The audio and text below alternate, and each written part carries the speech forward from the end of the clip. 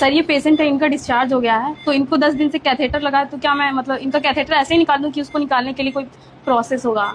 प्रश्न है कि एक मरीज हमारे यहाँ 8-10 दिन से एडमिटेड है, उनको हमने कैथेटर डाला था। कैथेटर इसलिए डाला था क्योंकि वो रिटेंशन ऑफ यूरिन में थे और उनके यूरिन के आउटपुट को हमें मेजर करना था कि 12-12 घंटे में कितना आउटपुट आ रहा है। अब वो ठीक हो गए हैं और उनको घर भेजा जा रहा है, क्रेटिन सेटल हो गया है और उनको डी कैथेटराइज किया जा रहा है, कैथेटर को निकाल के भेजना है। तो सिस्टर ये जानना चाहती हैं कि कैथेटर हम सीधे पुल कर दें या कोई विशेष तरीका है। तो कैथेटर डालने से क्या हुआ, कैथेटर कहाँ गया? कैथेटर पेशाब के रास्ते से पेशाब की थैली में गया। पेशाब के रास्ते को कहा यूरिथ्रा। यूरिथ्रा वो जगह होती है जहां से आदमी मूत्र विसर्जन करता है, पेशाब करता है। और ब्लैडर वो जगह होती है जहां पे पेशाब इकट्ठा होता है, जहां पे किडनी से पेशाब आता है यूरिटर के थ्रू, और यूरिटर के थ्रू पेशाब की थैली बाल्टी होती है, उसमें इकट्ठा होता रहता है। अब क्या हुआ कि जब हमने नली डाल दी तो जो भी 2 बूंद पेशाब बनाया किडनी ने वो ब्लैडर में आया और 2 बूंद इस नली से थैली में आ गया। तो 10 दिन से क्या हो रहा है कि जो पेशाब की थैली है वो कॉन्ट्रैक्ट एंड रिलैक्स नहीं हो रही है। कॉन्ट्रैक्ट एंड रिलैक्स का मतलब क्या है? हमें पेशाब कैसे लगती है? हमने 2-4 गिलास पानी पी लिया, सिनेमा में बैठे हैं, कोल्ड ड्रिंक पी ली, तो पेशाब किडनी ने बनाया, पेशाब की थैली ये फूली अंदर अंदर।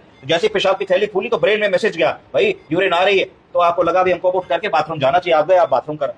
तो अब आप सोचिए कि क्या टेक्नोलॉजी है कि बाथरूम लगी है, आपको पता लगा, आप बाथरूम करने के लिए खड़े हुए तो बाथरूम होने लगी बिना कोई बटन दबाए, फिर बाथरूम हो गई तो फिर बाथरूम होनी बंद हो गई। तो ये सारी चीजें ब्रेन से रेगुलेट होती है। अब मुद्दा आता है कि ब्लैडर में अगर हम तुरंत निकालेंगे तो क्या होगा, क्योंकि मरीज को 10 दिन से कैथेटर पड़ा है, तो 10 दिन से उसकी पेशाब की थैली पूर्णतः भरी नहीं और एक्सपैंड और रिलैक्स नहीं हुई, तो उसकी आदत एक्सपैंड और रिलैक्स होने की थोड़ा कम हो गई है। तो अगर हम उसको सडनली कैथेटर पुल करेंगे, कई बार ऐसा होता है कि मरीजों में कुछ समय तक लीकेज होने लगती है, ड्रिबलिंग होने लगती है, इनकॉन्टिनेंस होने लगती है। वो शिकायत करते हैं कि साहब पेशाब हमारी अनियंत्रित है, बाथरूम जाते जाते निकल रही है या धीरे धीरे हो रही है। वो ना हो इसलिए अगर हम इसको क्लैंप करते हैं, डॉक्टर साहब जरा क्लैंप लगाओ, अगर हम इसको कैथेटर को क्लैंप कर देते हैं तो क्या होगा कि अब जो भी पेशाब किडनी बनाएगी, जो भी यूरिन बनेगा, वो इस नली के मार्फत नीचे नहीं आ पाएगा, ठीक है, और वो पेशाब की थैली में भरेगा। जब पेशाब की थैली में भरेगा तो पेशाब की थैली फूलेगी।